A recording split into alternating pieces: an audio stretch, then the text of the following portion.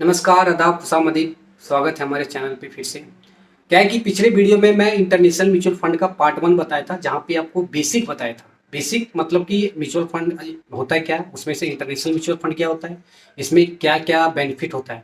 तो आज मैं थोड़ा डीप में बताऊँगा, तो 10 मिनट की हमारी वीडियो रहेगी। तो हमें रिक्वेस्ट है सभी लोगों से कि अगर 10 मिनट निकाल के देख लें यहाँ वीडियो, ताकि आप कुछ समझें।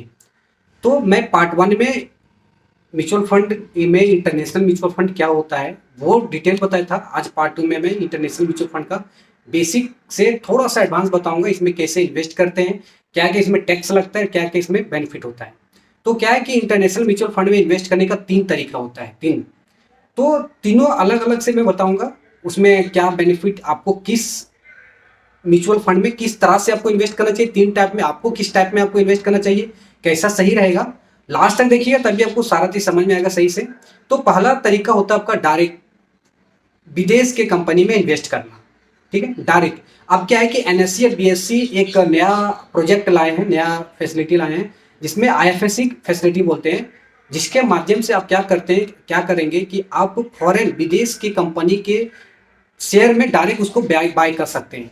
तो जनरली क्या होता है कि इंडियन मार्केट में, इंडियन के शेयर मार्केट में अगर आप कुछ कोई चीज बाय करते हैं, किसी का शेयर बाय करते हैं, तो वो कंपनी के बारे में पढ़ना पड़ता है, समझना पड़ता है। तो कहीं जाके आपको क्या होता है कि वो कंपनी के शेयर को खरीदने में आपको आसानी होता है। उसी तरह अगर आप विदेश के डायरेक्ट शेयर में, डायरेक्ट कंपनी के शेयर में, जैसे हमारा एप्पल हो गया, गूगल हो गया, व्हाट्सअप हो गया, फेसबुक हो गया, अमेजन हो गया, ट्विटर हो गया, मेटा, बहुत सारी कंपनी है, नेटफ्लिक्स हो गया, बहुत सारी कंपनी है। अगर उसके शेयर में आप पैसे लगाते हैं तो उनके वो कंपनी के फाइनेंशियल स्टेटस, वो कंपनी का मैनेजमेंट, वो कंपनी का सारा डिटेल आपको पढ़ना पड़ेगा, तब आप कहीं समझ पाएंगे कि वो आपको लगाना चाहिए ना लगाना चाहिए। तो आपको एक आपका पहला माध्यम हो गया कि जो एनएससी आईएफएससी फैसिलिटी है उसके माध्यम से विदेशी कंपनी के डायरेक्ट शेयर को आप बाय कर सकते हैं। तो उसमें क्या होता है कि आप अगर आप गूगल, आप चलिए गूगल का एक शेयर खरीद रहे हैं, तो गूगल को शेयर खरीदने क्या करना पड़ेगा कि $1, आप डॉलर को, रुपये को डॉलर में कन्वर्ट करने का, डॉलर में कन्वर्ट करने के बाद आपको वो अभी आप खरीद सकते हैं। तो अभी जैसे क्या गूगल का जो शेयर प्राइस चल रहा है अभी लगभग 180 और 190 के बीच में चल रहा है, डॉलर के बीच में। तो 190 और 80 के डॉलर को अगर आप रुपये में मल्टीप्लाई करते हैं तो ज्यादा अमाउंट आ जाता है। तो ये जो फर्स्ट आपका जो तरीका है इन्वेस्ट करने के विदेशी कंपनी म्यूचुअल फंड, वो ये प्रोफेशनल लोगों का है, जो दिन भर शेयर मार्केट में लगे रहते, दिन भर उनका फाइनेंशियल काम वही है, वो सब लोगों के लिए। लेकिन हम लोग रिटेल इन्वेस्टर के लिए आपको डायरेक्ट शेयर में, डायरेक्ट विदेश कंपनी, फॉरेन कंपनी में इस तरह हम नहीं सजेस्ट करेंगे। आप उसके बाद आपकी आइडिया आप जैसे कर सकते हैं। दूसरा आता है हमारा ईटीएफ। आप जानते हैं ईटीएफ एक्सचेंज ट्रेडेड फंड बोला जाता है। मैं इसके बारे में वीडियो नहीं बनाया हूं, लेकिन आने वाला टाइम में मैं इसके बारे में पूरा डिटेल में वीडियो बताएंगे कि एक्सचेंज ट्रेडेड फंड होता क्या है। तो दूसरा चीज क्या होता है कि ईटीएफ, ईटीएफ में पैसे इन्वेस्ट करके विदेशों के कंपनी के शेयर में इन्वेस्ट कर सकते हैं। जैसे हमारा क्या है कि ईटीएफ का पैसा क्या होता है, जब ईटीएफ लॉन्च होता है तो वो पैसा इकट्ठा किया जाता है, इकट्ठा करके विदेशों की कंपनी के शेयर में लगाया जाता है, और लगाने के बाद में उसको क्या होता है कि यूनिट में कन्वर्ट किया जाता है, वो यूनिट बनाया जाता है। और वो यूनिट को क्या करते हैं, इंडियन का एनएससी और बीएससी जो होता है, नेशनल स्टॉक एक्सचेंज और बम्बई स्टॉक एक्सचेंज में लिस्ट किया जाता है, और वो एनएससी और बीएससी में ट्रेड होता है। मतलब कि अगर विदेशों की कंपनी का शेयर का भाव ऊपर जा रहा है तो इनका एनएससी बीएससी में इनका यूनिट का भाव भी ऊपर जाएगा। अगर वो सारी कंपनी का भाव नीचे जा रहा है तो एनएससी बीएससी में इसका भी यूनिट का भाव नीचे जाएगा। तो ईटीएफ मतलब होता है एक्सचेंज ट्रेडेड फंड, मतलब जो यूनिट को आप एनएससी और बीएससी मतलब नेशनल स्टॉक एक्सचेंज और बॉम्बे स्टॉक एक्सचेंज में आप क्या कर सकते हैं, खरीद और बेच सकते हैं। ये दूसरा चीज होता है। तो इसमें क्या, इसमें एक तरह से आसान भी हो जाता है, क्योंकि आपको कंपनी के बारे में पढ़ना नहीं पड़ता, उसके बारे में समझना नहीं पड़ता है। आपको डायरेक्टली ईटीएफ में पैसे इन्वेस्ट कीजिए, और जब आपको पैसे निकालना है तो आप एनएससी बीएससी के प्लेटफॉर्म पे जाके वो यूनिट को आप बेच सकते हैं, बेचने के बाद आप पैसे वहां से डील कर सकते हैं। ठीक है।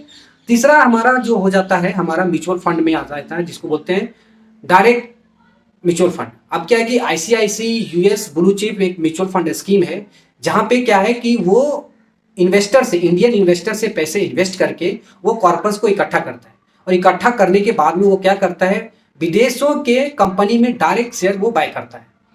तो आपको क्या करना होता है, आप अपने पैसे आईसीआईसी म्यूचुअल फंड को दे दीजिए। अब आईसीआईसी म्यूचुअल फंड वाला क्या करेगा, वो स्कीम यूएस ब्लू चिप जो नास्डैक की है, यूएस ब्लू चिप फंड है, वो पैसे इकट्ठा करके वो विदेशों के शेयर में, स्टॉक में बाय और सेल करता है। तो इसमें से आपको, इसमें क्या होता है कि हम जैसे रिटेल इन्वेस्टर को क्या होता है कि कम मेहनत करना पड़ता है। अभी क्या है कि हम आप 500 आप दे रहे हैं, 500 में आप ICICI blue chip mutual fund scheme को दे दीजिए। वो क्या करेगा, वो सोच समझ के वो सारे कंडीशन को पढ़ेगा, सारे कंपनी के मैनेजमेंट को पढ़ेगा।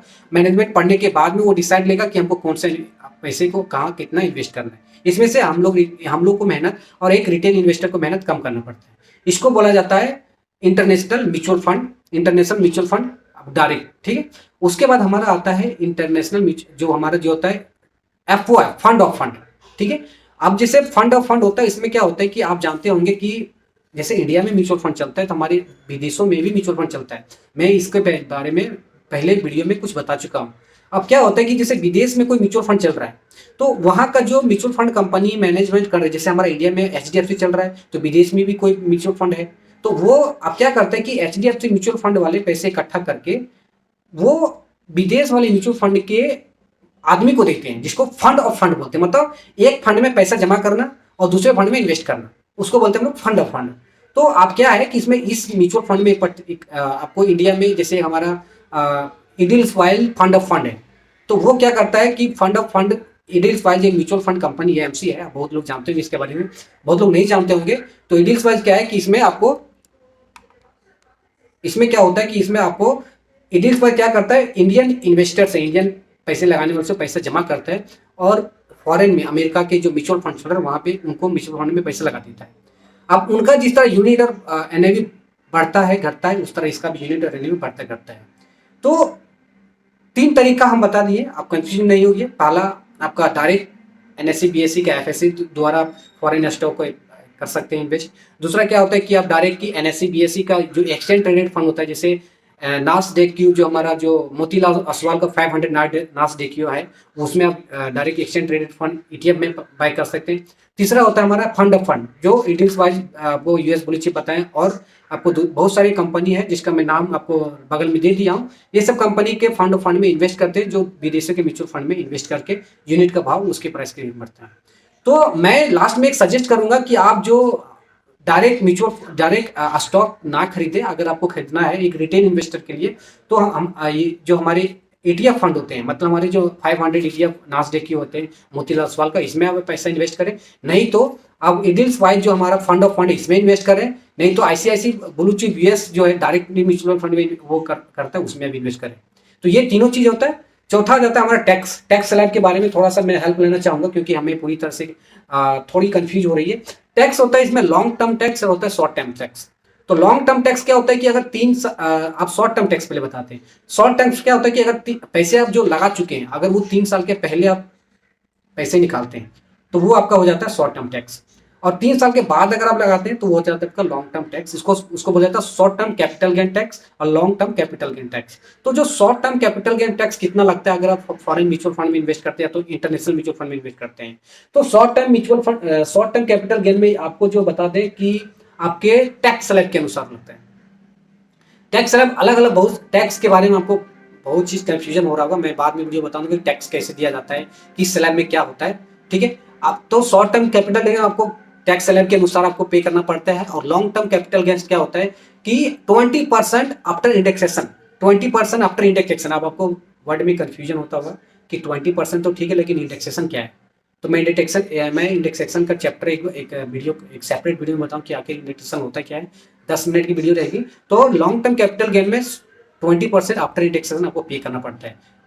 टैक्स का बहुत फर्क फंड है, लेकिन शॉर्ट में आपको बता दे रहा हूँ कि शॉर्ट टर्म टैक्स स्लैब के अनुसार और लॉन्ग टर्म 20% आफ्टर इंडेक्सेशन।